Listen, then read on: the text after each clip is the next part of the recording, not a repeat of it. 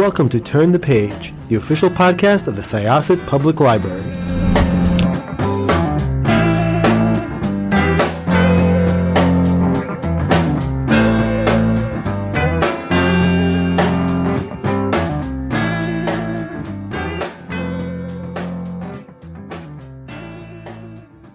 Welcome to Turn the Page, Syosset Public Library's podcast. I am one of your librarians host, Stacey, and I'm very excited to talk to our guest today, who is Julia Seals.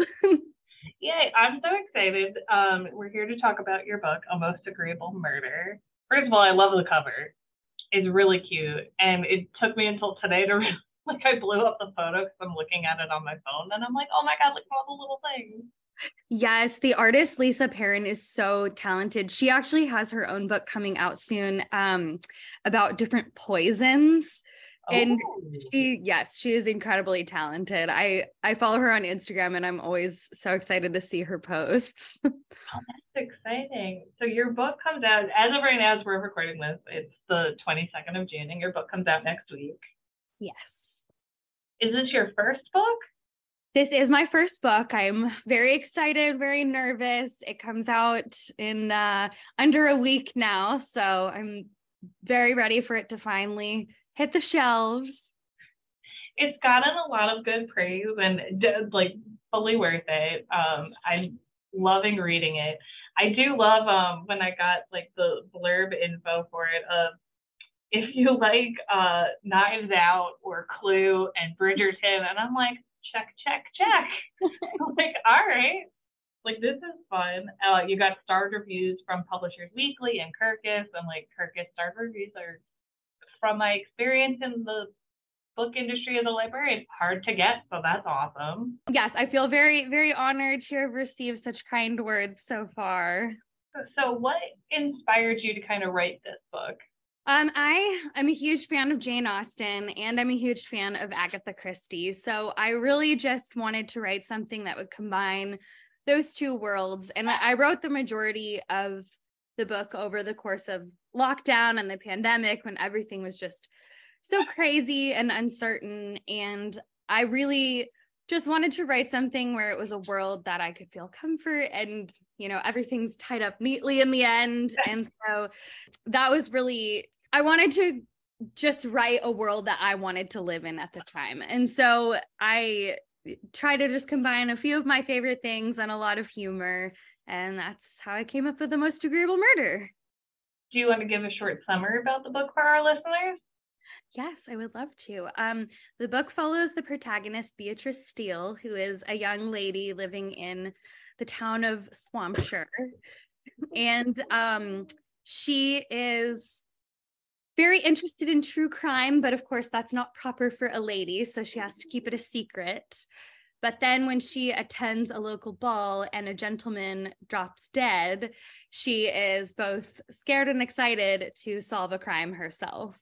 It's very exciting because when reading the summary for it, I was like, ooh, okay. And as a lover of true crime myself, I'll read stuff. I mean, I was talking to a friend of mine as we're talking about the whole Ocean Gate Titanic submersible, and my friend's like, are you ready for this new case? Because when the Idaho murders, when that was happening, and he's like, oh my God, because we talk true crime to each other and we're like fake detective stuff, like, oh my God, what about this or what about this? Yes.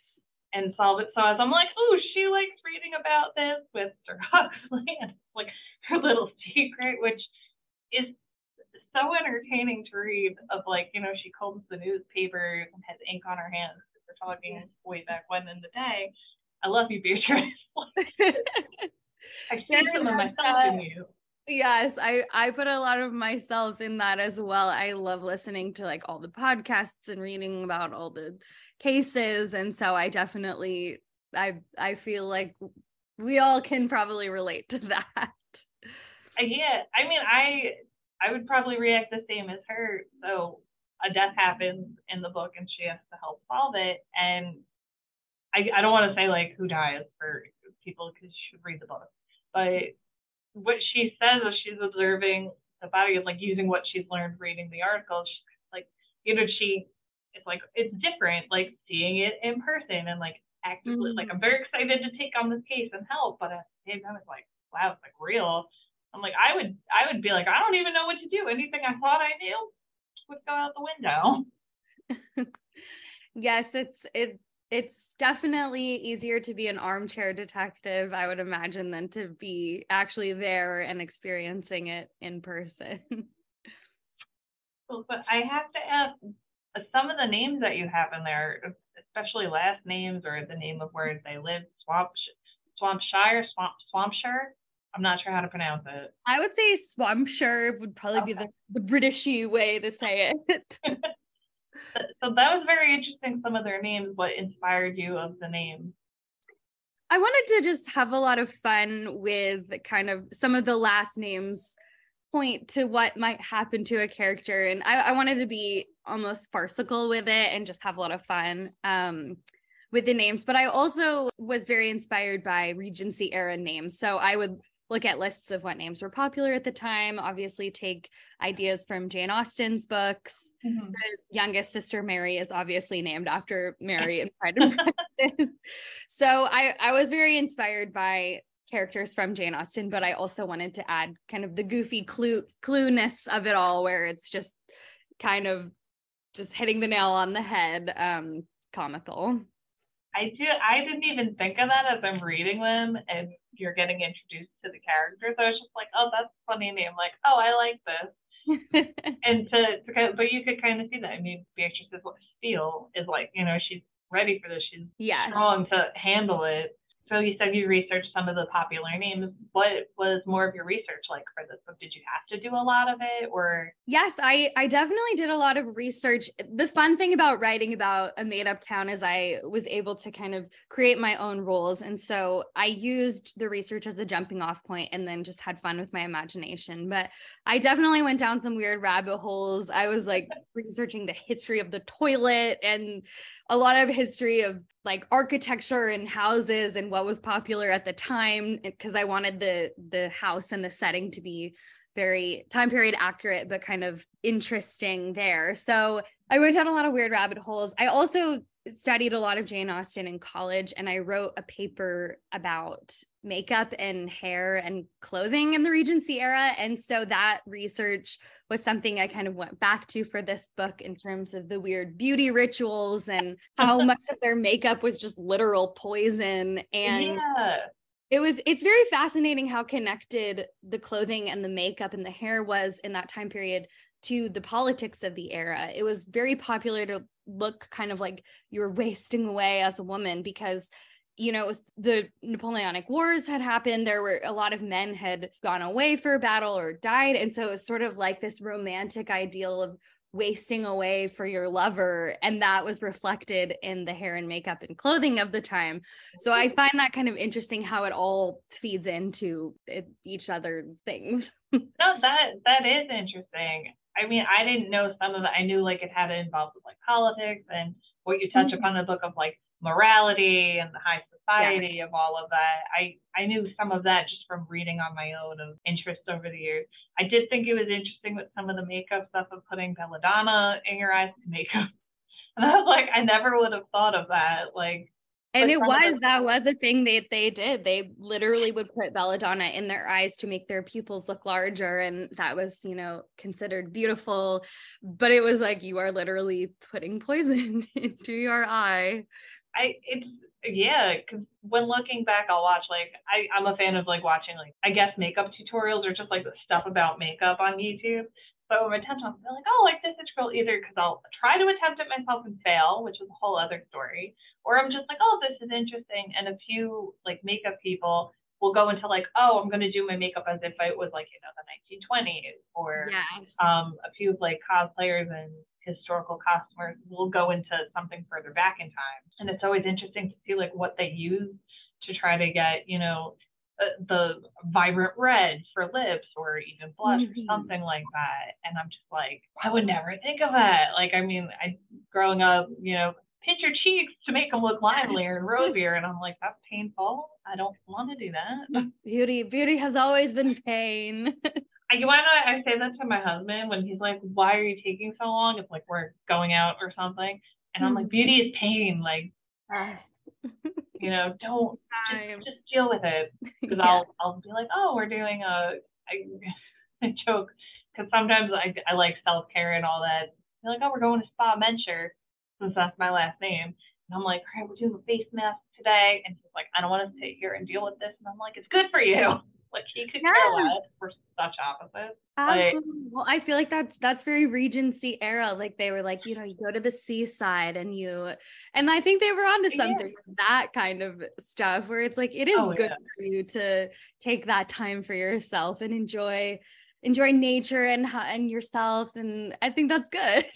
Yeah, I mean, they talk about, if you bring it up, of having to moving out of the city and going into the countryside, like the fresh air and the springs of Swampshire. I was just like, oh, this is interesting. And I like how it ties with like the morality of stuff. I'm very entertained of the books of like, how a well-behaved lady.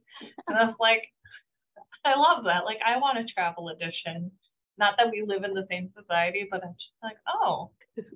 Just know how to behave. I definitely would have been immediately exiled. I would not be able to follow any of the rules. I'm with you on that. I would have been exiled as well, just from some of the stuff of when two women were exiled and living in France because they were caught cheating playing the parlor game. Yes. I was just like, wow. And I kind of feel like I relate to Beatrice, that I would want to, I'm definitely not as witty as she is.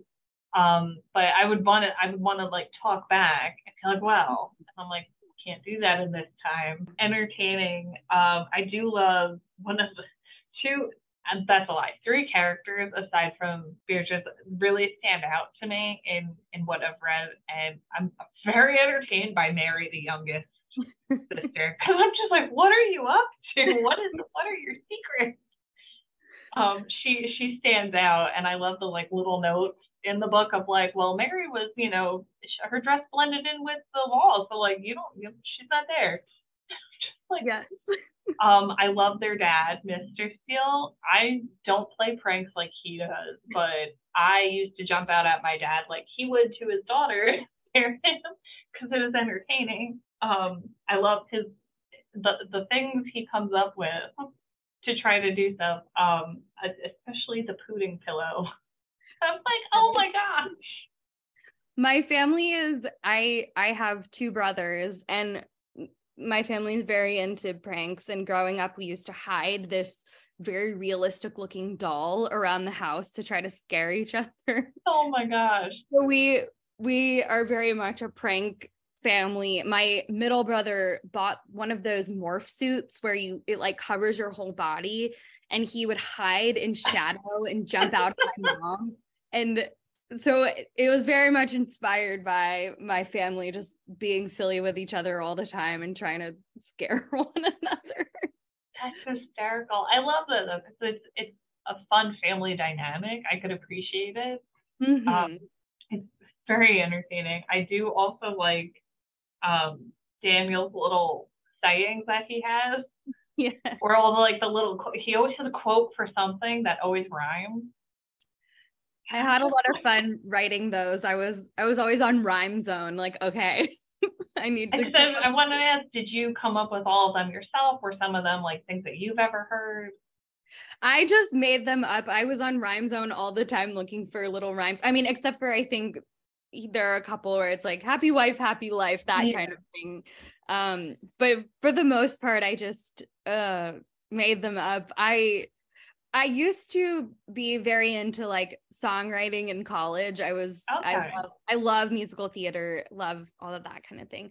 So I kind of went back to like, okay, writing like songs, poems, but I wanted them obviously to be very comedic and lighter. So, but I thank you, Rhyme Zone. You are a gem of a website. That's awesome. I owe them all of the credit for helping me there. No, I love, because I mean, the first one that comes to mind is I think the first one in the book of A Lady's Nook is incomplete without a book. And as a librarian and a reader, I was like, of course, you are right, Daniel. Like, That one I would stand by. I think that is correct. It just was entertaining, and that like he seemed to be writing his own book of sayings for like there's always something like, oh yes. I was just like, oh, like life advice. I'm into it. I can't get enough of the book, because it's not just like the story. You have kind of like side pieces of it, whether it's the receipt from Mr. Steele at a prank store, or the scenes that another character, Miss Bolton, writes as she's helping the investigation and being like a note taker. It's very like it's very entertaining and comedic. Like, yes, a death happens. It doesn't. I wouldn't necessarily. This is like super cozy mystery, because it's not like, oh, gruesome and we're getting into the grim details of it all and everything's dark and it's a dark, stormy night as it happens. Yeah. But it's just like, as I'm reading it, like if someone was to be near me, you just hear me be like, huh, like, oh yeah, like it keeps you entertained. So you have the mystery to solve, you have the humor throughout, you have the relationships that are intertwined because it's a small town in the country. It's a very, I was about to say eye-catching, and I'm like, that's not what I mean. Like, it keeps your interest throughout, and it's kind of like if you're watching a good movie or something with that. And I think it's very well written in that sense of like, okay, you have, it's kind of light enough that like it's smooth sailing. It's got the humor, it's got the murder, it's got the relationships that a lot of people like reading. And I really think you could really tell the inspiration of Jane Austen, I think, with like the family relationships, the atmosphere and setting in a sense. But then you have like the tidbits of Agatha Christie. Like, I've only read And Then There Was None. And as I'm reading it and they're all stuck in the house, I'm like, oh, I see it. Or, you have famous detectives. I'm going to butcher his name, like Poirot. I'll just say that because I can't say it. You got it. That's it. But I was just, you have kind of that nitpick. And like, even just reading about Sir Humphrey, and because I was about to be like Vivek Drake. I'm see, now I'm messing up names. Did I get it right? Yes, Vivek Drake. Yes. So you have that, or you have like, like a touch of like almost like Holmes and Watson, like of a partnership, or main and assistant, depends on who you ask and talk to of the characters, how that went. But it's just very entertaining. Like, was this easy for you to write because of your background of stuff, or was it hard to kind of nitpick and then you were surprised at like how it all came about? Well, first of all, thank you. I'm like blushing over here. Thank you so much for such kind words. I mean, I have a background in screenwriting. So I did my undergrad in fiction, and then I got my MFA in screenwriting. So I definitely was very inspired by that type of writing where it's very dialogue focused, very character driven. But I also I have a comedy background. I did years and years of improv. And so I think I was just trying to think of what would I find the funniest at a given time, or what would keep my attention. And obviously I was very inspired by Jane Austen, as you said, with the relationships, and then Agatha Christie with kind of the way she lets a story unfold and the way she drops clues. But yeah, for the comedy, I took a lot of just what would I enjoy most at a given time and what would make me excited. I'm a huge reader, so I think that's just helpful, because you're like, I know what it's like to be reading a book and I know what I want to see. And so yeah, I just think about that. It was actually a librarian who first recommended Agatha Christie to me. And I also read And Then There Were None in middle school, and then kept going back to the library, like, okay, I got to read all of these now. So that just like I think that has a huge influence when you're a reader. You know what you like, and you can just think, if I were just the audience and not the writer, what would I want to be happening right now? Well, it's very well done. I cannot praise this enough. I was telling coworkers, and I'll tell listeners and people in my everyday life, it's a very good book, and it hits a lot of different tones. So I think it's got wide appeal for it. So it's not just like, oh yeah, like you like Bridgerton, like here, you'll like this, but you won't like it if this. Like, it hits a lot of different things that I think a lot of people would like. I'm very excited because I am in a book club, so I'm gonna kind of want to be like, hey guys, book club, like good book, come on. And it's available in different formats, which I know is like a huge thing for book clubs out there. It's available physical. It will be available physical book, ebook, and audio in those multiple formats. I was very excited to see because I was like, oh, there's an audio because it's primarily how I read, listening in my car. I love audio. I'm a huge audiobook person. And my reader Fiona Hampton is incredible. I've listened to it, and she does an excellent job. I'm also a huge. It's so nice. I just walk around the house cleaning and driving. Audiobooks. Yes, they're great. If it's a good narrator, that always helps stuff. I'm a big fan of if I find a good narrator, I'll not only like look to see what else they've done for like recommended reads or listens. But also it's fun because June is National Audiobook Month, so perfect. I'm gonna have to get this on audio so then like listen to parts of it because I feel like that would be really entertaining, some of the scenes. Oh yes, it's very fun. It's exciting for me to hear it because it's kind of like, reading it. I'm like, at this point, I've read it many times. But hearing it is exciting to kind of hear someone else's interpretation. And it's very fun because the narrator is British and obviously I'm not. So it's fun to hear it. I'm like, oh, this is how it was meant to be.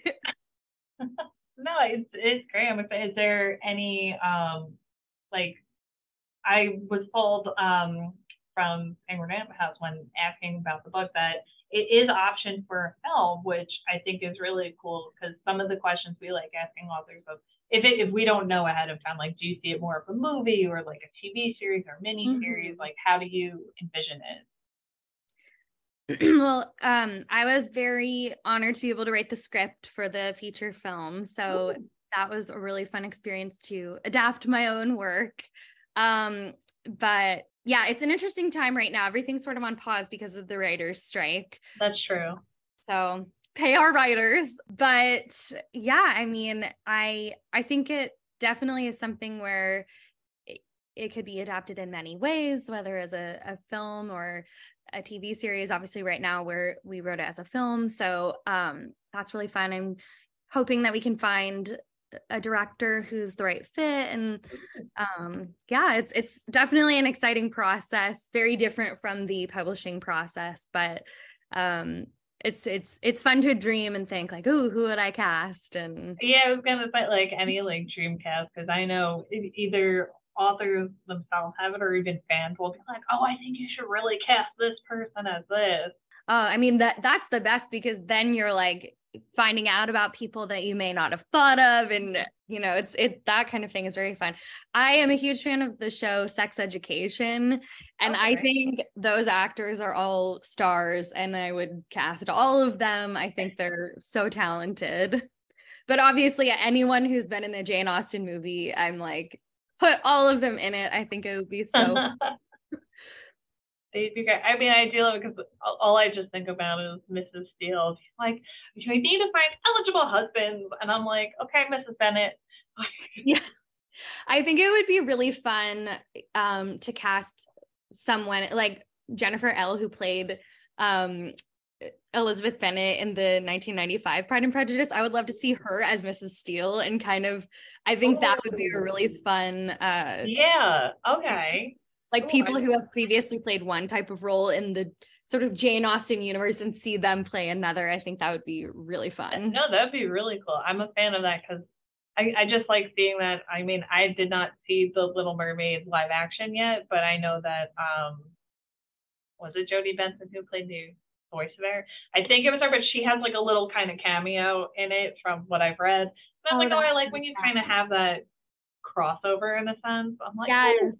I love that. They did that a lot in Enchanted. So they had so many of the princess voices play roles, and I do think that's so fun. It's like a little fun treat for the fans. Yeah, like if you're a fan of something of it, like yes, you feel in the know. It's fun. Yeah, like the little like Easter eggs of sorts. Yes. So, are you working on anything like another book? Would you do a sequel to this, make it a series? Are you able to talk about any of this, or is it all we'll That's a good circle back. question. I don't know. I am working on a second book right now, but it is a different book. Something very inspired by Kentucky, which is where I'm from originally. I would love to do a series. I don't know. I'm not really sure what I can say.